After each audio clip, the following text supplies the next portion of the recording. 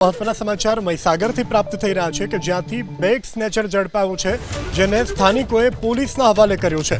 મહીસાગરથી સમાચાર પ્રાપ્ત થઈ રહ્યા છે લુણાવાડાની જૈન સોસાયટી પાસે બેગ સ્નેચર કરનાર આરોપી કે જે પકડાયો છે, સ્થાનિકોએ રાહિલ રફીક મલેક નામના યુવકને પકડી અને લુણાવાડા પોલીસને સોંપ્યો છે। પોલીસે અંગ જડતી કરતા કિસ્સામાંથી મળી આવી છે 5,000ની રોકડ। રાહિલ ઉંમરલાયક વ્યક્તિને જ બનાવતો હતો નિશાન। તો મહીસાગરથી આ સમાચાર કે જ્યાં લુણાવાડાની જૈન સોસાયટી પાસે બેગ સ્નેચિંગ કરનાર આરોપી પકડાયો છે।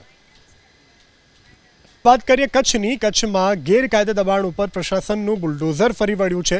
કચ્છના આડેસરામાં બુલડોઝર ફેરવવામાં આવ્યું છે। ગેરકાયદે દબાણ ઉપર દાદાના બુલડોઝરની કાર્યવાહી। કુખ્યાત હારૂન હિંગોરજાએ સરકારી જમીન ઉપર કરેલા ગેરકાયદે બાંધકામ પર પ્રશાસને બુલડોઝર ફેરવી દીધું છે અને જેને જમીનદોસ્ત કર્યું છે।